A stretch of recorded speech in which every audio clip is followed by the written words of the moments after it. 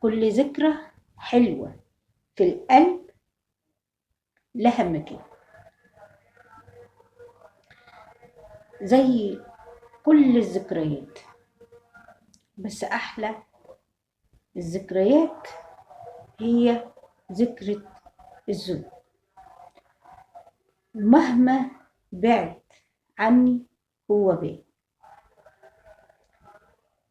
الرجاء من كل المتابعين الدعاء لزوجي بالرحمة، الله يرحمه ويغفر إليه ويدخله فسيح جناته.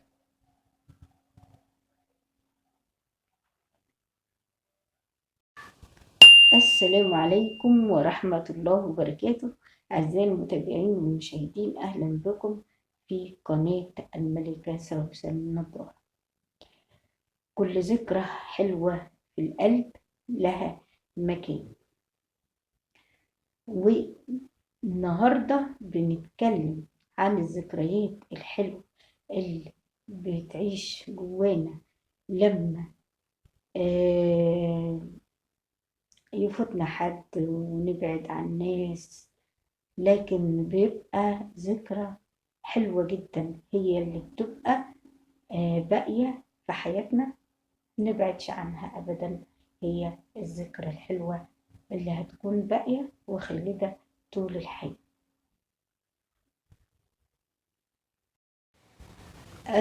لما اتكلم على ذكرى وصور من نماذج حياتنا اليومية، هي صورتي مع زوجي.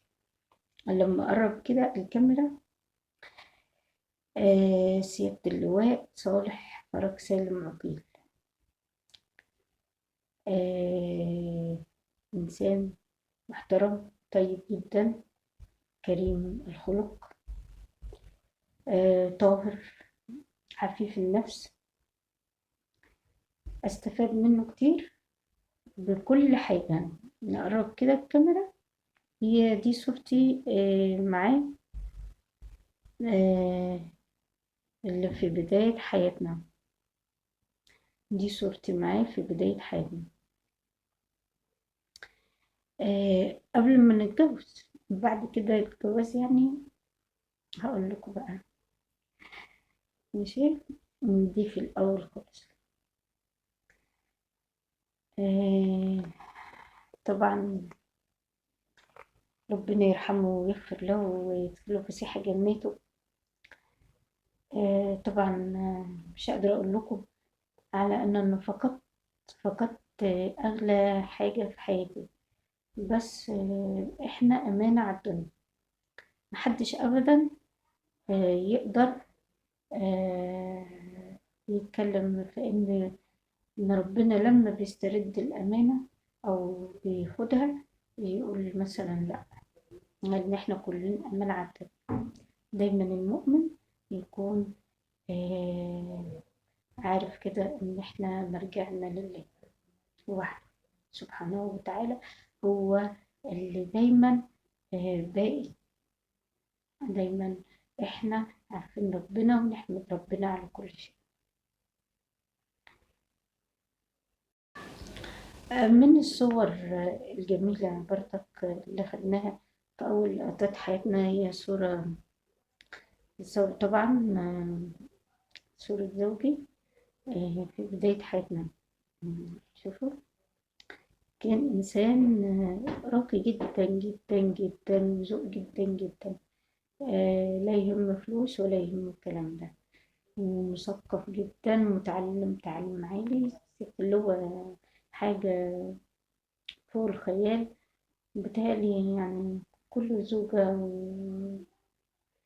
تفتخر بإنسان زيه كده. هي صورتي أنا.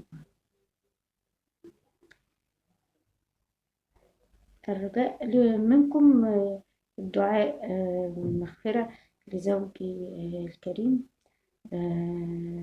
الله يرحمه ويغفر له ويدخله فسيح جنته.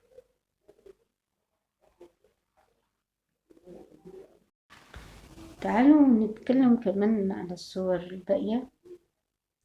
دي من أحسن اللقطات اللي كانت تذكارية بيني وبين من الذكريات الحلوة الموجودة في القلب وهتفضل بقى صورته وهو معايا كده. أحطها كده قدام الكاميرا، أقربها كمان شوية. إيه، كان هو نموذج نقي جدا في التعامل، وكان دايما يعلمني كتير من علمه ومن توجيهاته. كنت بعيش لحد دلوقتي بعيش على توجيهاته وعلى آرائه، ودايما أحفظه في كل وقت وصون طبعا. آم، يقولوا إن الحزن مش لازم الناس تبين الحزن في القلب. صح، الحزن في القلب، مش الحزن بإنك انت تبان ان انت حزين او كده. هو لا، الحزن فعلا في القلب، لان مش هيكون مثلا آه، زي زوج حد.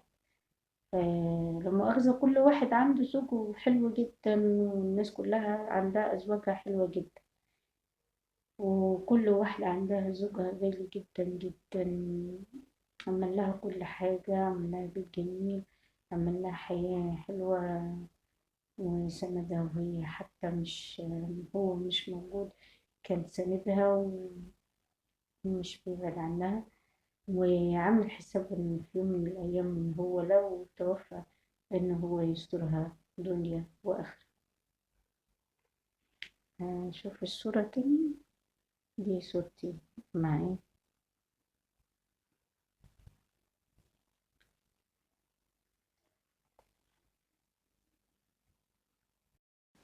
ليا صورة طبعا، هي الصورة في الأول خالص، هي دي صورتي في الأول خالص. عايزة أقول لكم إن هو نسب الشريف، العقيل الشريف، عقيل من آل عقيل الأشرف. ومن أحلى اللحظات الجميلة اللي كانت آه، معاه، إن إحنا كنا بنزور ونلف بلاد كتيرة أوي أوي، وكلنا في كل بلد بيتنا إحنا الاتنين.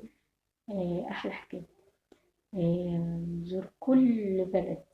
رحنا مصر، رحنا لفينا بلاد كتيرة أوي أوي، لأن وصلنا بلدنا هنا وقت، فهو يعني برضك إنسان كان عارف إن هو مش العمر يعني، بس كان عارف إن هو يعني برضك القضاء بتاع قضاء الله، قضاء الله.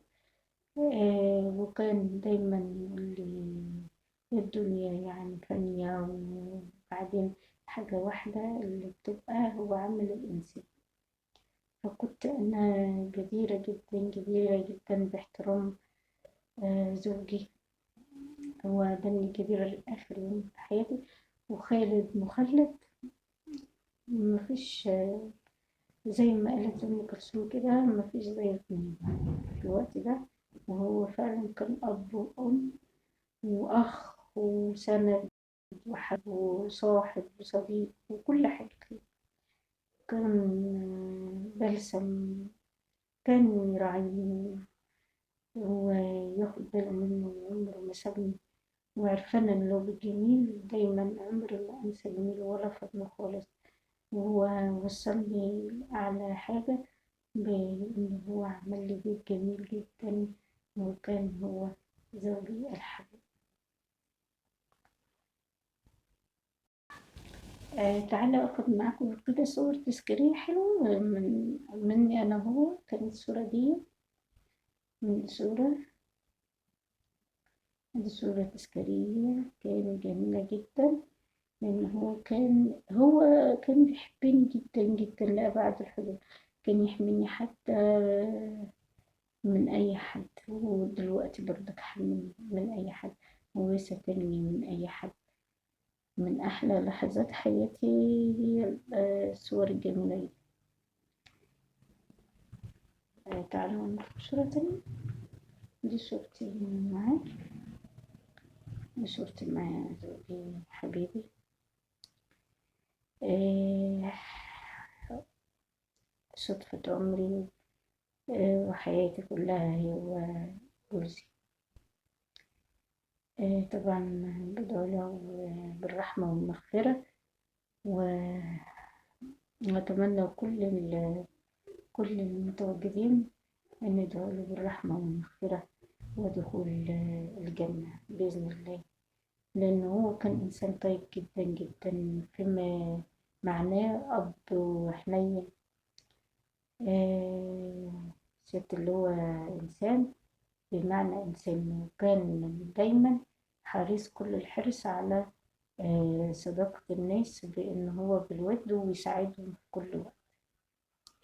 تعالى ناخد كمان صورة ليه، بصورة كمان وهو قاعد، بصورة تذكارية وهو قاعد. ماشي، نكبر كده، صورة تذكارية وهو قاعد. ماشي،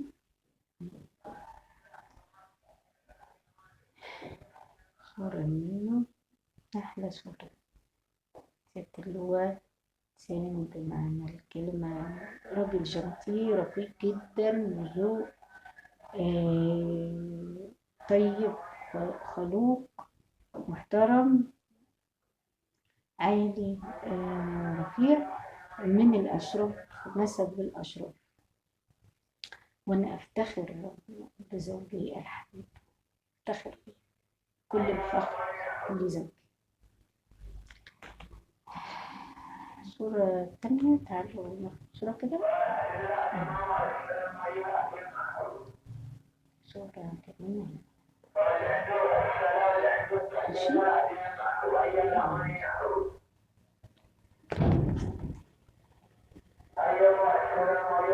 صورة جميلة، مش عارفة ايه الصوت دوت، بس هو الصوت دي على طول. ادي صورة تانية كمان اهي، من صورة اهي، نقربها كده، دي صورة زوجي الكريم سيادة اللواء صالح برك. أفتخر إني زوجة سيادة اللواء، أفتخر، يعني زي ما بيقولوا مفيش زي اتنين، مفيش زي اتنين فعلا. جوزي وأنا عارفاه، يعني زوجي وأنا عارفاه، وعارفة تصرفاته إيه، وعارفة أخلاقه إيه، وعارفة إن هو يعني كريم وبيدي الناس حقوقهم، وكان من ضمن الحقوق دي أنا من حق دوت الصورة، صورته هي نجيبها كده كمان.